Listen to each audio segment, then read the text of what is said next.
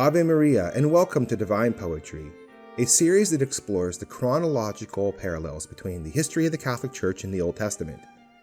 If you're new to this concept, go back and watch my interview with Kevin Davis. The link is in the video description below. To make things more simple, I have divided up church history and the Old Testament into 8 color-coded time periods. Below you can see a scrolling bar with the names, dates, and the Old Testament books for each period. Use this timeline to guide you in each video. The color frame of each video will match the time period that we're discussing. Now, let's start today's episode.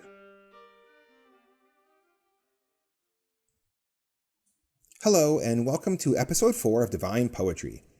Today's episode is going to be the start of a 2 or maybe 3-part series where we'll go over the parallels between Vatican II and the Novus Ordo, and then their counterparts in the books of the Machabees, which I think is intensely interesting and very relevant to our times, obviously.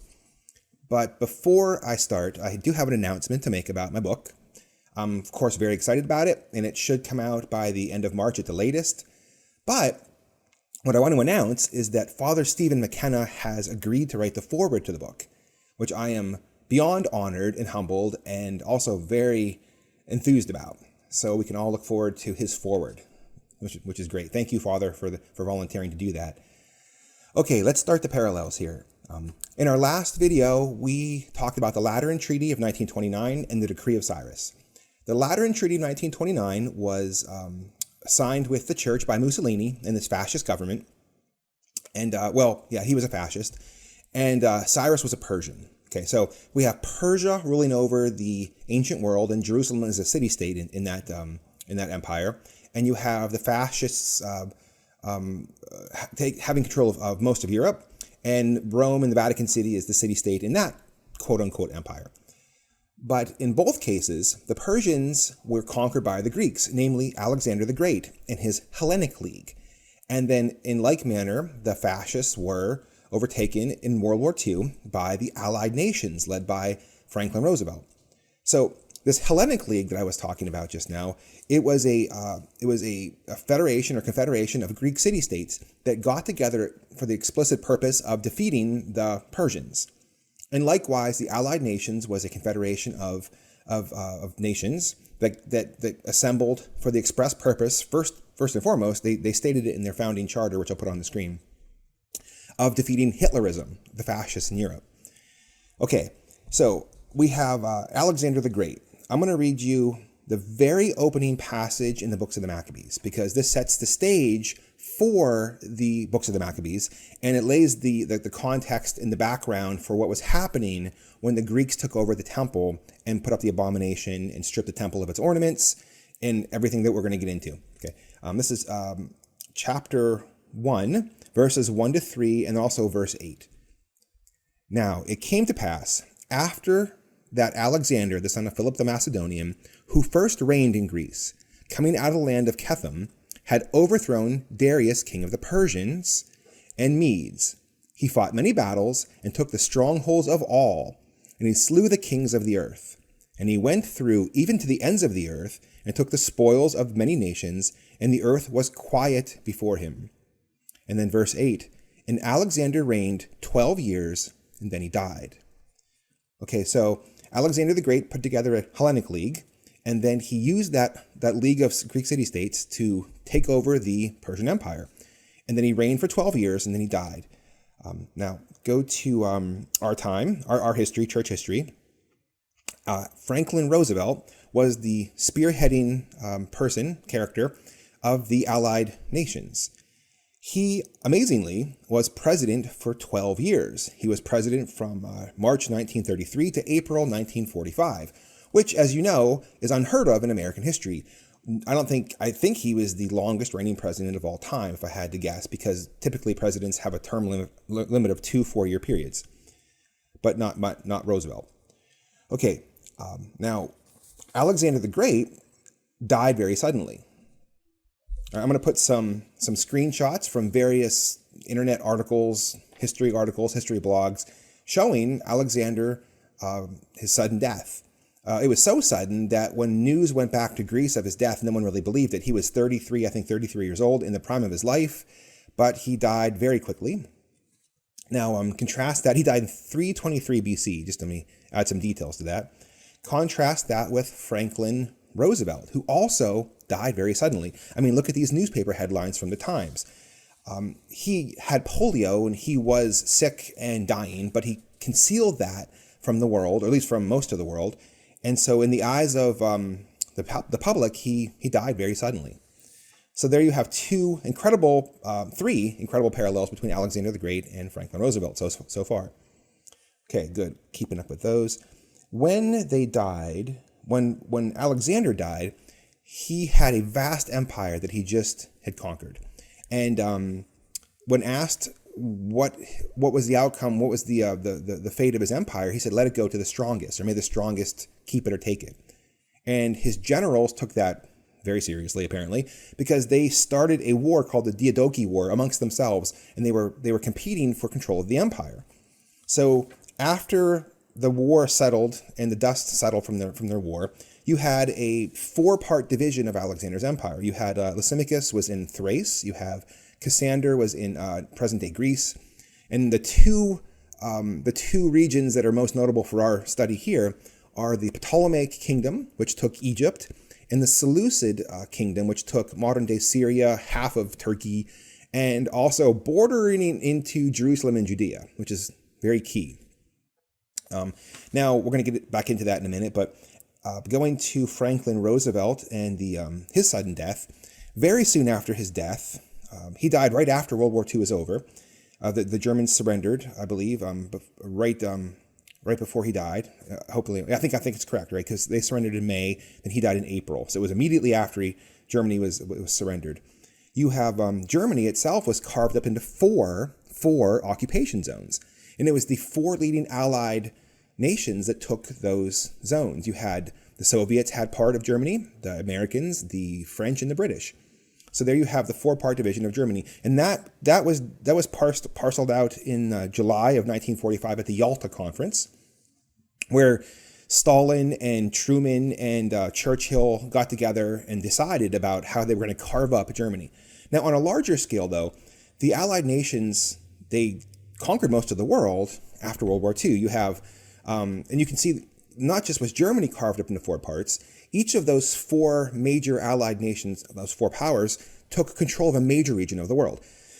America had West Europe and Asia because of the Pacific War. That after the dropping of the Hiroshima and Nagasaki bombs, they occupied Japan after World War II.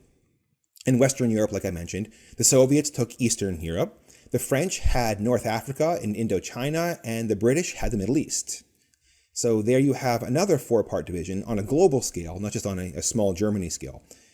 It's fascinating. Okay, now going to the holy cities of God's people, right? So in this huge new world that both Rome and Jerusalem found themselves in after the conquest of Alexander the Great and the Allied nations in our time, Jerusalem now had a new ruling class, an elite class. Before it was the Persians, if you remember, because the Persian king Cyrus gave them Jerusalem as a city-state. But now the Greeks were in charge. And so remember, there was a 4-part division of the ancient world, and the Ptolemaic, I'll put pictures on the screen here.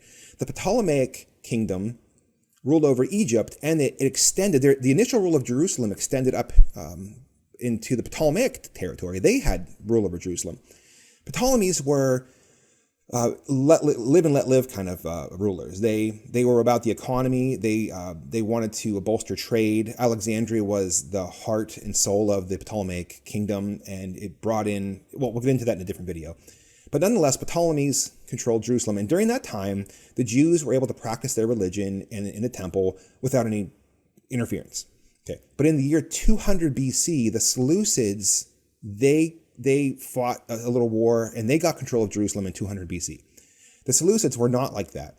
They had a policy in their empire of like mandated ethnic purity and like homogeneous belief in culture, whereas Ptolemies were not. They were more of a melting pot.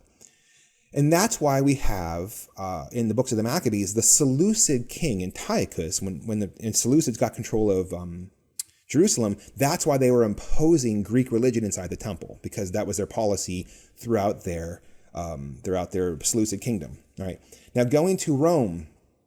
Rome, likewise, after Italy and Rome, likewise after World War II, found itself on the borderline between the Americans, or the NATO powers, and the Soviet Union. If you remember, right after World War II, the communists in Italy were on the march. They were hoping to get control of Italy and make it a communist country, like the Eastern European countries had been.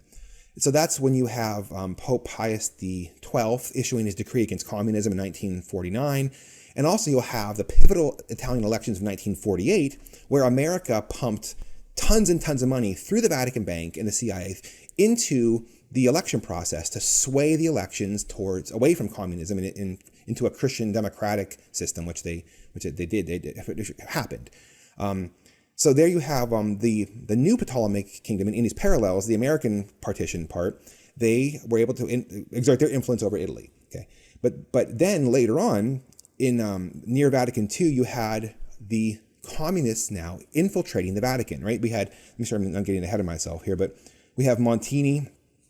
He was accused or suspected of being a communist sympathizer. You had Roncalli, who openly hung out with communist agents diplomatically, even when the communists were massacring the Eastern Catholic rites, like the Ukrainian rite, which was Catholic. They came back to the church prior to that.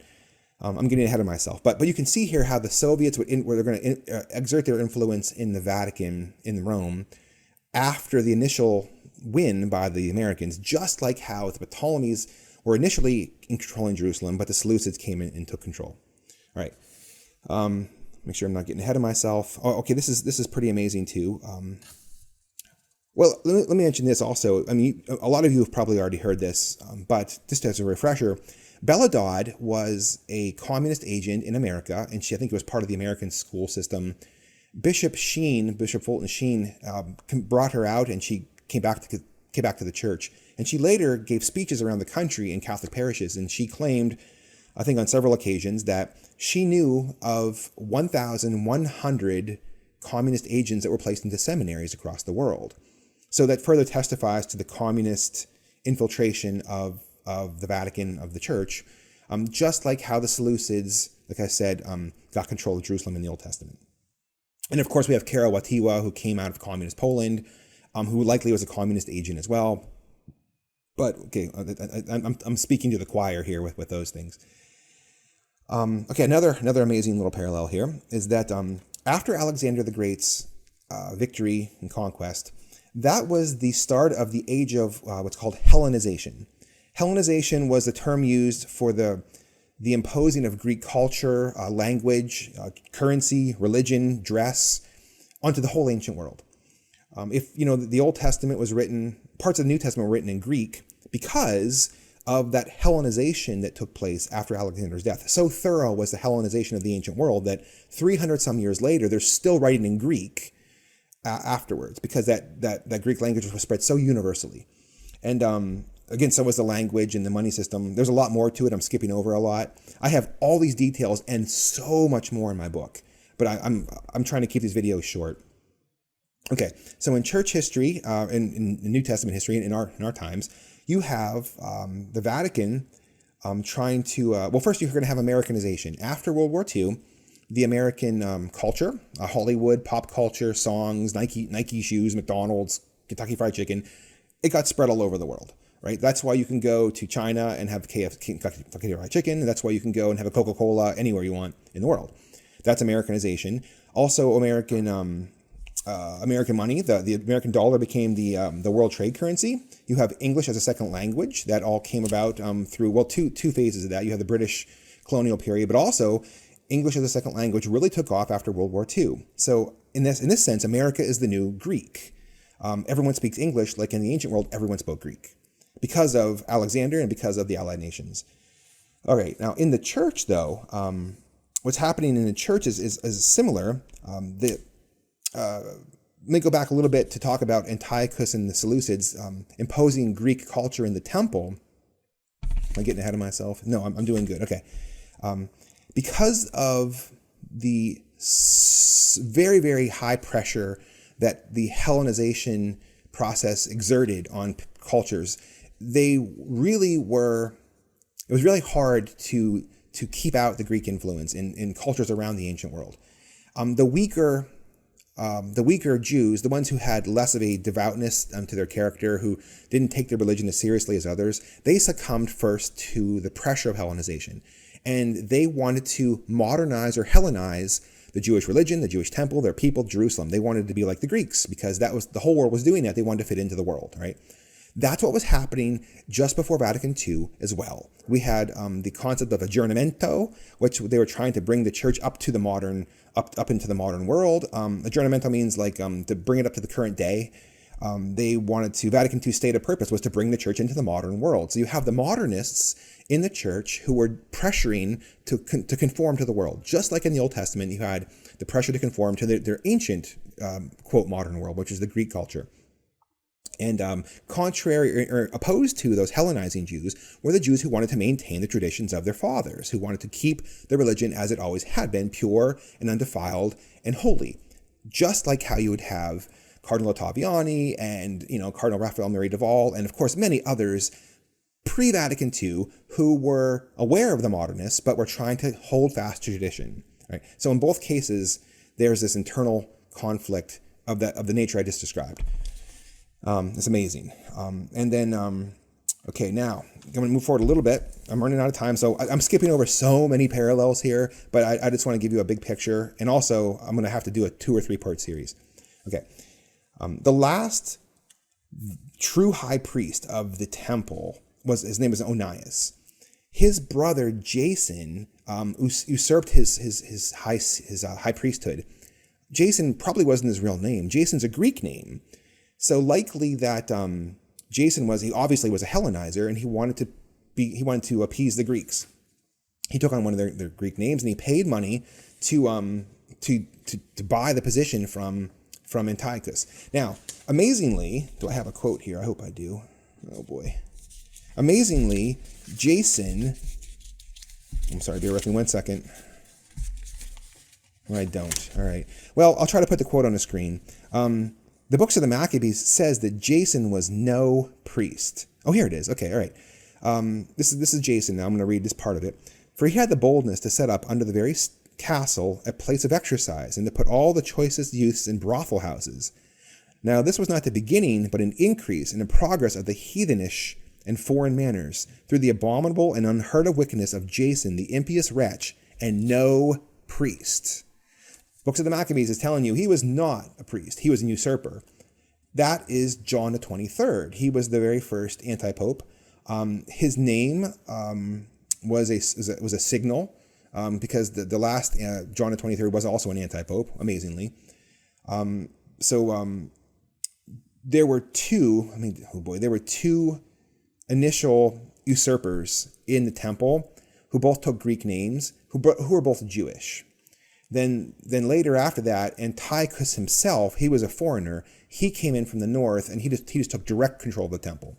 That's comparable to the first 2 Italian anti-popes. We had John the 23rd, and then we had Paul VI, both Italian, both usurpers.